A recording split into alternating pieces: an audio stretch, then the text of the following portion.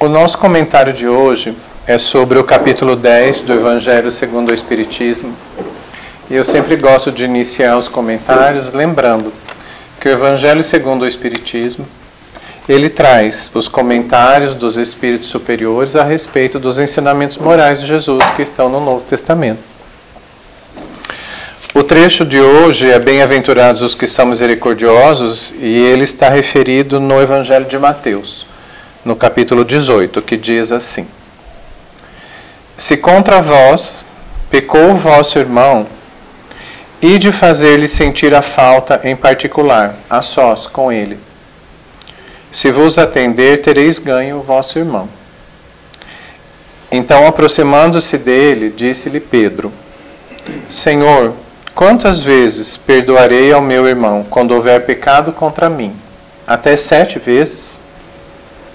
Respondeu-lhe Jesus: Não vos digo que perdoeis até 7 vezes, mas até 70 vezes 7 vezes.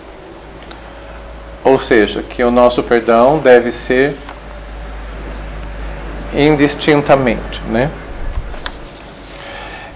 Os trechos que nós vamos ler sobre esta parte do Evangelho é perdoai para que Deus os perdoe, reconciliação com os adversários e o sacrifício mais agradável a Deus, o perdão das ofensas. Então, o primeiro item, perdoai para que Deus os perdoe. O benfeitor Emmanuel, neste livro O Consolador, a questão 340, ele diz assim: Perdão e esquecimento devem significar a mesma coisa? Para a convenção do mundo, o perdão significa renunciar à vingança, sem que o ofendido precise esquecer plenamente a falta do seu irmão.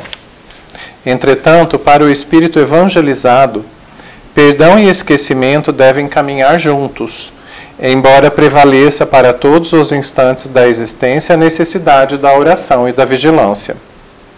A própria lei da reencarnação nos ensina que só o esquecimento do passado pode preparar a alvorada da redenção. A espiritualidade nos ensina que os espíritos, as almas mais elevadas, elas esquecem, porque na verdade elas não se ofendem com algumas coisas. Nós temos essa dificuldade de esquecer porque muitas vezes nós nos sentimos ofendidos com alguma coisa, porque essa alguma coisa mexeu com algum sentimento nosso de orgulho, de vaidade, e aí se estabelece uma dissensão. Na verdade, quando se diz assim, perdoai para que Deus o perdoe, Deus é a personificação do amor universal. É claro que Ele nos perdoa. Na verdade, no momento em que nós fazemos alguma coisa, Deus já nos perdoou, porque Ele entende a nossa evolução, o nosso estágio evolutivo. Como crianças espirituais que somos, como diz, né, o próprio Emmanuel. Mas qual é o sentido disso, perdoar para que Deus nos perdoe? Deus nos envolve o tempo todo com amor. E para que nós consigamos sentir este amor e entrar na sintonia deste amor, é necessário que o nosso coração também esteja leve, a nossa consciência esteja tranquila. Senão, por mais que este amor nos envolva, nós não conseguimos senti-lo. Não significa que este amor não está lá e que Deus não está nos perdoando. A nossa consciência nos cobra. E isto gera um sofrimento. Então, este trecho, quando diz assim, que muitas vezes nós não conseguimos esquecer, que nós ficamos guardando aquela mágoa durante 10, 20, 30 anos, e aquilo não passa, né? Toda vez que eu vou tentar elevar o meu sentimento de alguma forma, tem este resquício que me impede a minha vibração pura em sintonia com o amor de Deus. Não é Deus que não está me perdoando, sou eu que não estou conseguindo de alguma forma sentir isto, né? E quando Jesus diz a Pedro para perdoar 70 vezes, 7 vezes, dizendo que a nossa misericórdia não deve ter limites, a nossa bondade, o nosso perdão, é importante a gente lembrar também que, como espíritos imperfeitos que somos, muitas vezes nós precisamos também ser perdoados 70 vezes, 7 vezes. Né? Então, quando pensamos assim, nunca vou perdoar esta pessoa, o perdão ele é uma decisão que nós tomamos e às vezes é um processo que demora muito tempo. Às vezes demora anos um perdão, às vezes demora muitas vidas, inclusive. Né? Existem muitos relatos nos romances espíritas que trazem essas questões, que são necessários várias reencarnações para que as pessoas consigam restabelecer um laço de respeito e um laço mais amoroso que vai transformando essas mágoas e esses sentimentos de ódio, de rancor, num sentimento um pouco mais respeitoso, mais amoroso. Mas se em algum momento eu não decidir que eu quero fazer isso, esse momento não chega nunca. É necessário muito desprendimento para que a gente possa exercitar o perdão. É necessário muito exercício de humildade para a gente aceitar isso. Então, ele é um processo, ele não é uma coisa que eu faço de uma hora para outra. Nesse sentido, o nosso sentimento ele deve ser o mais sincero possível e não simplesmente eu dizer que eu perdoei alguma coisa para que também isso alimente a minha vaidade de dizer assim, olha como eu sou uma pessoa boa, eu perdoei tudo que essa pessoa fez para mim. Isso não tem valor, isso não ressoa no que significa o amor divino no nosso coração. A outra questão relacionada a isso, né, perdoar para que Deus nos perdoe, é que a doutrina espírita também nos ensina que nós todos somos regidos pela lei de causa e efeito, a lei de ação e reação. O que significa isto? Que eu vou me educar espiritualmente e que eu vou evoluir espiritualmente à medida que eu for experimentando o que eu faço as pessoas sentirem também. Então, se eu muito ferir alguém, em algum momento eu vou entender isto. Ou passando por uma situação parecida, ou vendo alguém que eu amo muito passando por uma situação parecida. Então, pensando nesta lógica de perdoar 70 vezes 7, de nós necessitarmos do perdão das pessoas, e pensando na lógica da lei de causa e efeito, quanto mais eu me esforçar para não guardar esses sentimentos de mágoa, de ódio, de rancor, é isso que eu estou sentindo e é isso também que eu vou conseguir proporcionar que as pessoas sintam dentro dessa lei de ação e reação. O contrário é verdadeiro.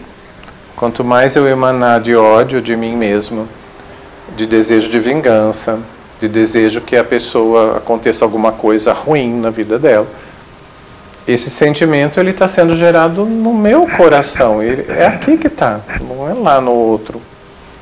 Eu posso até prejudicar outra pessoa com isso, mas esse sentimento está partindo daqui. Né? Quem sente o sofrimento primeiro sou eu. E é nesse caso que se entende perdoar para que Deus te perdoe. Porque assim, não é Deus, sou eu que estou gerando isso. O outro item é reconciliação com os adversários. Reconciliai-vos o mais depressa possível com o vosso adversário, enquanto estáis com ele a caminho, para que ele não vos entregue ao juiz e o juiz não vos entregue ao ministro da justiça, e não sejais metido em prisão. Digo-vos em verdade que daí não saireis, enquanto não houverdes pago o último ceitil. Também é do Evangelho de Mateus. Quando Jesus nos recomenda, né, para reconciliarmos o mais cedo possível com o nosso adversário, enquanto está com ele a caminho, e que não saireis da prisão enquanto não pagardes até o último centavo, né? Isso é uma forma figurada. O que significa estar com o próximo, né, a caminho? Às vezes são aquelas pessoas que nós somos constrangidos a conviver. Às vezes é um familiar nosso que também é a mesma situação, nós somos constrangidos a conviver. E ninguém reencarna numa família também por mero acaso, né? As nossas vidas e as nossas encarnações, elas são muito meticulosamente estudadas pelos nossos mentores, para que a gente esteja no local certo, no momento certo. Então, estar com uma pessoa a caminho é estar convivendo nesta existência. E se eu tenho um desentendimento com alguém, é mais fácil eu conversar pessoalmente com esse alguém e tentar resolver, do que se essa situação for se prolongando indefinidamente. Quanto mais tempo passa, mais difícil. Se uma dessas pessoas desencarna, complica um pouco mais. Então, se alguém desencarnou e eu queria pedir perdão para ela, eu não vou conseguir mais? Vai, claro que vai. Nós somos espíritos, encarnados, mas somos espíritos. A nossa ligação se faz pelo nosso pensamento, pelo nosso sentimento. Então, é possível. Olha, eu vou fazer uma oração pedindo que o meu mentor me auxilie, porque eu quero pedir perdão para esta pessoa que eu não tenho mais como conversar com ela. Isto é muito possível. Da mesma forma, alguém que desencarnou quer pedir perdão para alguém que está aqui, no plano físico. Pode? Pode. Muitas vezes a gente sonha com alguém pedindo perdão. Muitas vezes a gente sonha pedindo perdão para alguém. Isto é possível. É um pouco mais complicado? É, porque eu não vou ter mais esse tempo de convívio. Porque no momento em que eu peço perdão para alguém, ou que eu perdoo alguém, eu decido perdoar alguém, e fica uma situação um pouco assim, que precisa de convívio para ir, né, normalizando, né, equalizando aquelas coisas, voltar ao que era antes, ou partir para um outro caminho. Mas e quando essas pessoas não se perdoam e um desencarna e o outro não? Ainda bem que foi embora. Toda vez que lembra, fica repetindo aquelas frases, né? Como é que é isso, né? Se nós nos sintonizamos pelo nosso sentimento, pelo nosso pensamento, eu estou aqui encarnado, e uma pessoa que desencarnou, e eu fico emanando este ódio, né, essa mágoa, e isso chega na outra pessoa, e a outra pessoa, nossa, às vezes até já me perdoa, coitado, o Cláudio está lá reclamando disso ainda já faz 80 anos, ele ainda está preso nisso, né, e vai seguir o caminho. Mas se ele também não me perdoou, cada vez que eu penso uma coisa ruim, essa pessoa pensa uma coisa ruim. Como é que chama isso? Obsessão espiritual, né? Quando existe um vínculo espiritual que gera dor e sofrimento. Quando é um vínculo espiritual que nos gera amor, proteção, são os nossos benfeitores espirituais, nossos mentores, nossos anjos de guarda, que nos amam, que nos auxiliam a ter intuições boas, né? Quando não é isto, que gera sofrimento, gera pensamento confuso, gera vontade de não estar mais vivo aqui. É isso que Jesus dizia. Reconciliai-vos o mais depressa possível com o vosso adversário, enquanto estáis com ele a caminho. Porque a doutrina espírita nos ensina que o fato de uma pessoa perder o seu corpo físico não muda da noite para o dia o que ele sente. Nossos sentimentos continuam. Seguindo este raciocínio, é muito melhor eu tentar me reconciliar com alguém, enquanto eu estou com ele a caminho. enquanto eu tenho esta oportunidade de ter uma conversa sincera, buscando realmente. E se esta pessoa não me perdoar, eu estou com o meu coração tranquilo, que eu fiz tudo o que eu pude para que essa situação se resolvesse. Este é o último ceitil. O maior caso das obsessões espirituais está relacionado à falta de perdão. Muitas vezes nós recebemos orientações do plano espiritual, deixar o passado, esquecer o passado, exercitar o perdão. Isto tem a ver com as nossas situações diárias, para que a gente não caia nesse tipo de sofrimento, que nos ensina muito. A dor nos ensina, mas não precisa, né? Existem outras formas mais amorosas da gente crescer. O outro item, o sacrifício mais agradável a Deus.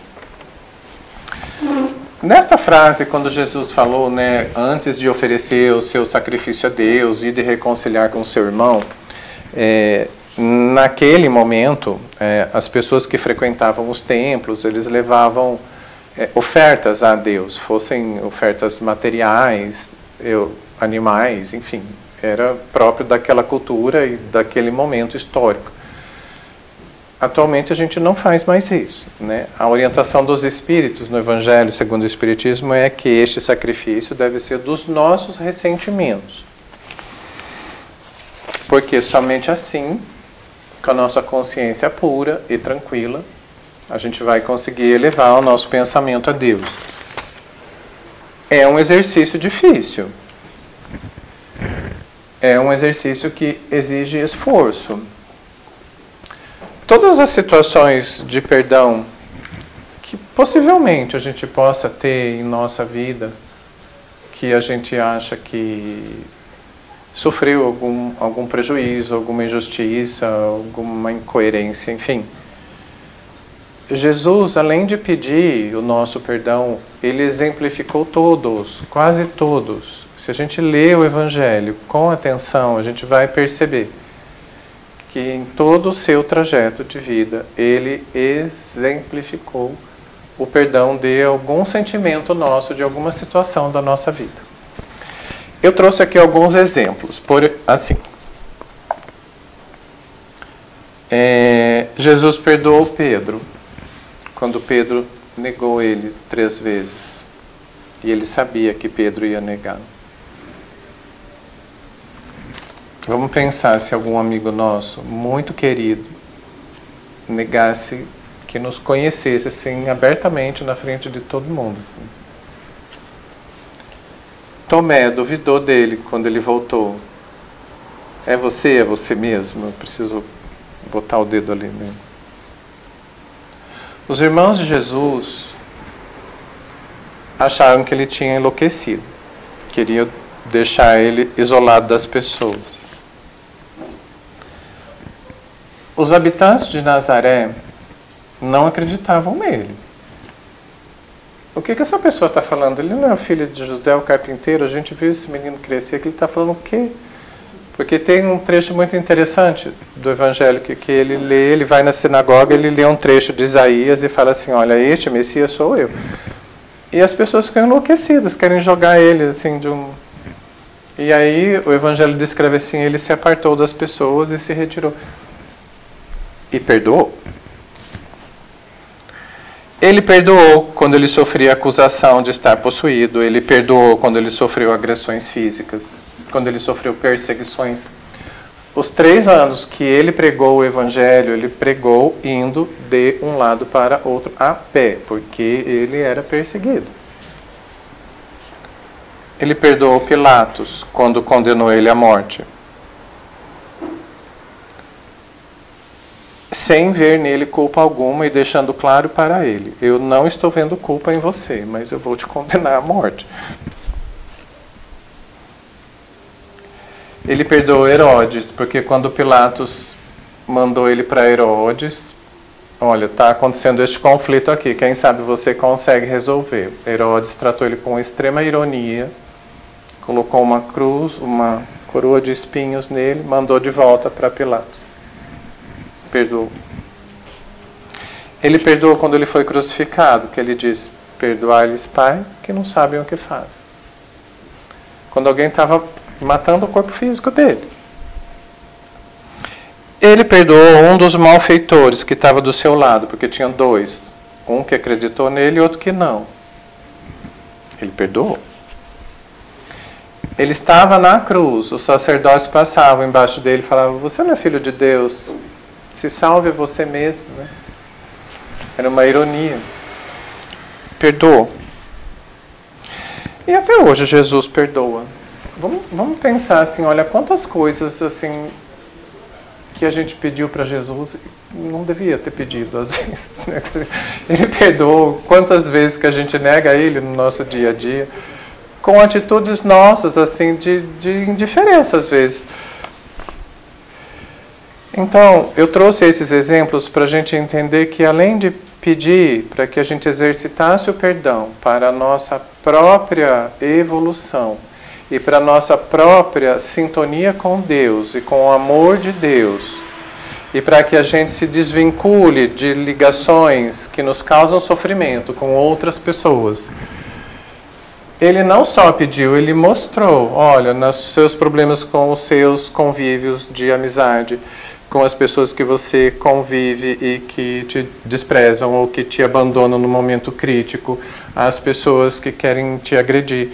Ele deu de exemplo. E será que Jesus, assim, ele... Vamos pensar, né? A gente precisa perdoar, porque, como eu falei no início, a gente se ofende. Talvez ele nem tenha se ofendido com essas coisas, pela magnitude da evolução dele. Mas ele nos exemplificou para que nós que precisamos perdoar aprendêssemos como se faz.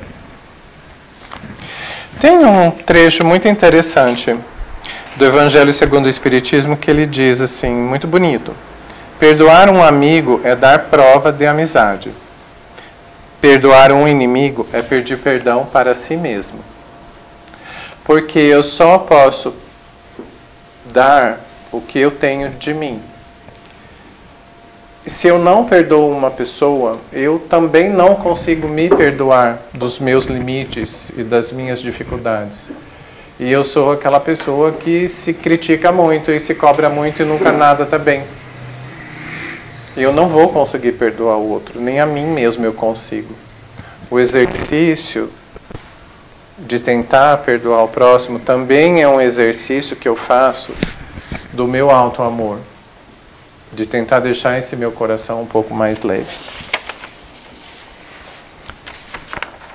Para terminar, a orientação dos Espíritos, quando Pedro pergunta aquilo para Jesus, e que Jesus diz perdoar 70 vezes 7. Jesus, o justo por excelência, responde a Pedro: perdoarás, mas ilimitadamente. Perdoarás a cada ofensa, tantas vezes quantas ela te for feita. Ensinarás a teus irmãos este esquecimento de si mesmo, que torna uma criatura invulnerável ao ataque, aos maus procedimentos e às injúrias. Serás brando e humilde de coração, sem medir a tua mansuetude. Farás, enfim, o que desejas que o Pai Celestial faça por ti. Não está Deus a te perdoar frequentemente? Conta a Ele, porventura, as vezes que o seu perdão desce para te apagar as faltas? Prestai, pois, ouvido a essa resposta de Jesus, e como Pedro, aplicai-a a vós mesmos. Perdoai, usai a indulgência, sede caridosos, generosos, pródigos do vosso amor. É um exercício de humildade e de amor ao próximo. Porque, por mais que seja difícil este exercício, Deus vê no fundo do nosso coração e nos estimula em nossos bons propósitos de crescimento e de melhoria. Toda vez que nós tentamos, e tentamos com sinceridade, não importa que demore para a gente conseguir, Deus e os espíritos evoluídos que representam Deus em nossa vida vão estar sempre ao nosso redor, nos amparando e nos fortalecendo em nossas boas decisões de crescimento. Essas foram as nossas reflexões. Eu vou terminar com uma frase de Emmanuel ainda, que ele diz: o perdão sincero é filho espontâneo do amor e, como tal, não exige reconhecimento de qualquer natureza. Essas foram as nossas reflexões, mas esse capítulo ele é muito profundo e eu sugiro que vocês possam ler e nas suas meditações tirem também as próprias reflexões disso. Nesse momento que a gente medita sobre o Evangelho, o nosso anjo de guarda, ele se aproxima, ele nos intui, ele nos dá bons pensamentos, ele nos guia mesmo os pensamentos, das percepções que precisamos ter, vai nos fazer lembrar das pessoas que precisamos perdoar, dentro de nós às vezes. Então, leiam, façam suas meditações sobre ele.